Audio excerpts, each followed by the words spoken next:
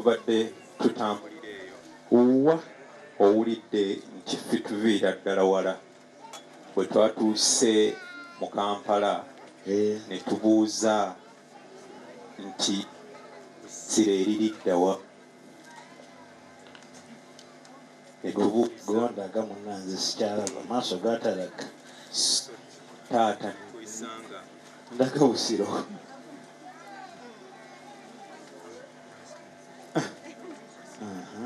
taata kibwe twakimaze y'ensonga lwaki tutuuse abiwanga abazira ndiga mwana muneza kubeera mu ngalo yo agambye mu Busiro wuuno wano bazze era basimye okujja mu Busiro bakasane Kampala eri mu Buganda ate ne Busiro nga mweri ne bagamba nti tubalete eddaame lino ereetaka endambisa eno nti Busiro ali mu Buganda mukadde wange nkumira ku Busiro waffe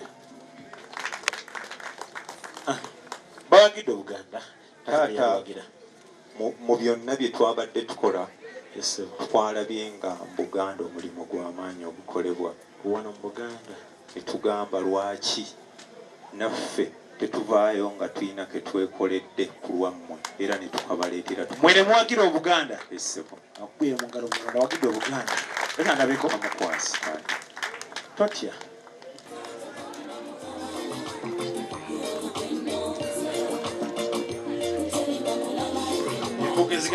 senga zikolera senga jamuwe ya mama kiko tujja kulabira nga ddala maama tebamutumira naye tukusaba obubaka buno butuusize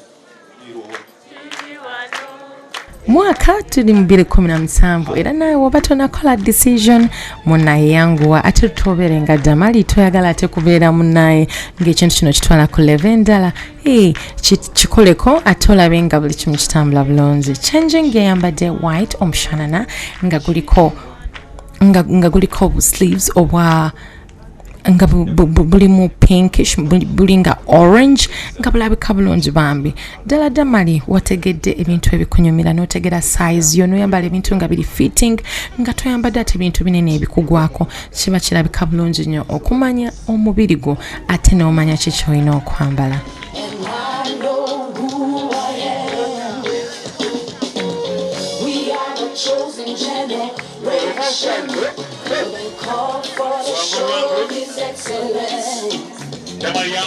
All I require for life, God has given me, for I know who I am.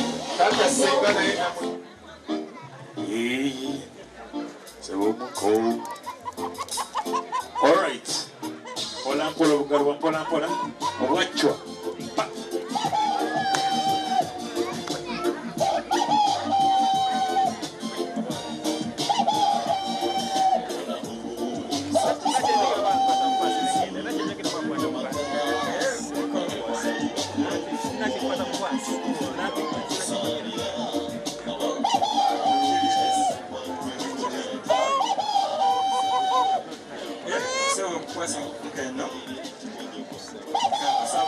Senator Sawansi.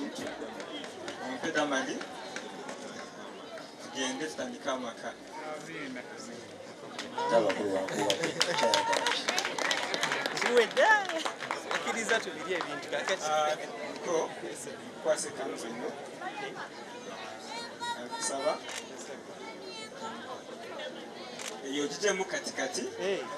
Teke. Chogani. Oyambare eno. Amakomba kagira mweyo. Kugira mu kanisa.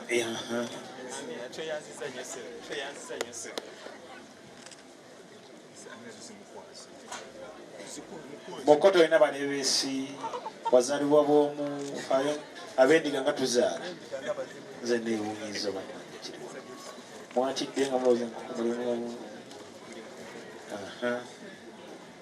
He's blessed me more and more. Yesterday, my life for the body, you make it better. Coming today, and they sing, I dance in the music. ate mu kukyusa n'aleeta ekitenge banaye oga owa Nigeria era bambi Damali omukolo gwo gubadde very different wakoze in a cultural way kyekintu ekisinza okunsanyusa n'otateeka malala mu bintu bino omanyi banaye tulina okurespectinga ennono yaffe ne tumanya temunaye waje tuva na waje tugenda bambi Damali thank you so much. Damali mugende mukakkane mu maaso ga taata muwe ekkanzu ye kandi baffe bakomaze olubugo era olugo lwakomaze esawa zino mwana munezi Israel lese wamu ne munne mukakkane wansi ojja kumma munnange na Buganda taata bakukwasa olubugo olwo bakadde bo bazimaze bakulu banno bwe bakomaze tweyanze nga bali kukkiriza tuzaala amaka guno engalo za taata ziriwa J-E-S-U-S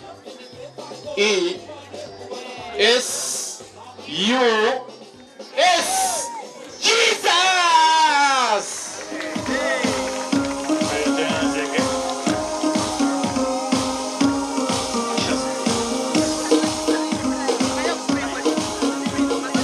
Ebyaffe bigenda kuba bya bulijjo nga bya njawulo.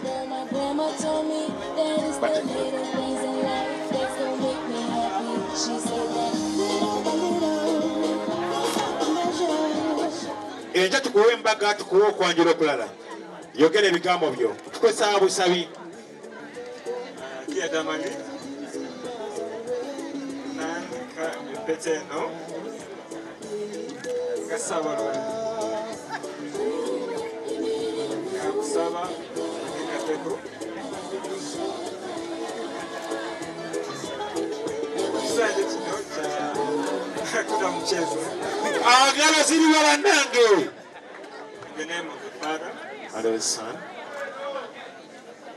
Banetuulirize. in the name of the Father, the Son, ekintu kyasinza okusanyusa Damali ayinza okuba bambi abagenyi bazze ayinza okuba deko yabadde on point cake yabadde nungi but it was one thing empeta Israel yaleetedde ddala empeta Damali gye yalongenga obulamu bwe bwonna ng'ayoya okufuna era banaye Israel kyewakoledde Damali tokimanyi kubanga this is her day ate wamakinze omukolo guno okubeera different era banange thank you so much. We count from 0 to 1. 0. Damali wins. Hello. Yes, community.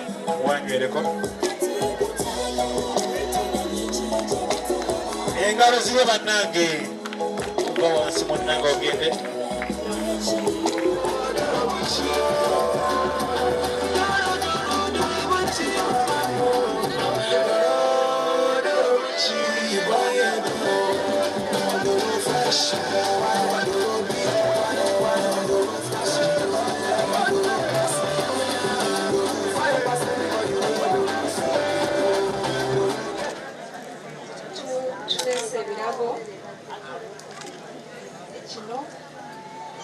Mfano wange Israel Hira cha mama Philomena Maniraho cha papa Francis Maniraho cha Pastor Clement Barokoka cha Pastor Mike Chaza kama irasibe basumba beerere munnange ebyokulya n'abasigadde ewaka mubatwalireko babale nnyo okujja ewaffe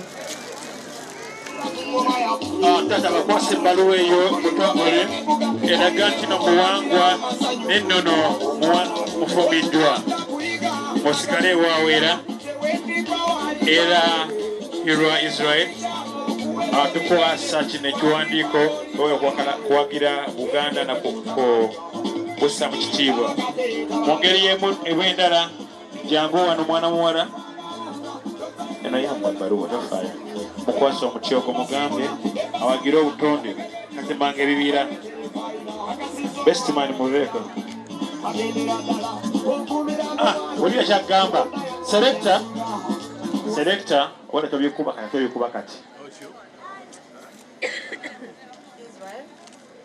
wadde omuti ogende okusimbe ewammwe temuteme ebibira mulwanyise global warming ne climate change n'abalala obabuulire bwotyo. kituufu nnyo mwogere engalo ababuulire ebyo nno bitusobodde okutuusako okuva mu Saturday edition emikono n'embaga era Damali, thank you so much for making another step n'oleeta Israel ewaka munaine tumulaba era naffe tuli humbled okubeera ne mulamu waffe ate munaayi naffe tugenda kugejjako nno munaayi kati munaayi ate naawe ali eyo ng'oyagala omukolo gwo gulabikireko Bukedde TV zibeere emitwalo 5 Saturday edition ate Sunday ne mwana muwala Nampera Jamira kabeera akakadde kamu kokka ng'ajja nga tukwatira omukolo gwo nga tugulaga ku Bukedde TV ng'ogwa Damali naye Damali tewalabira nti honesty, respect and believing in God bintu bikulu nnyo ebizibu byonna bibeerawo there are challenges n'ekintu kibeera kimu kyokka kasita weesiga mu Mukama ebintu byonna bisoboka nk'oyoyo Anthony webale kugatta bifaananyi ye mubuuke kasirye mwe n'ababadde ku camera Walter thank you so much ate tusinkane weekend ejaabeera bulungi weraba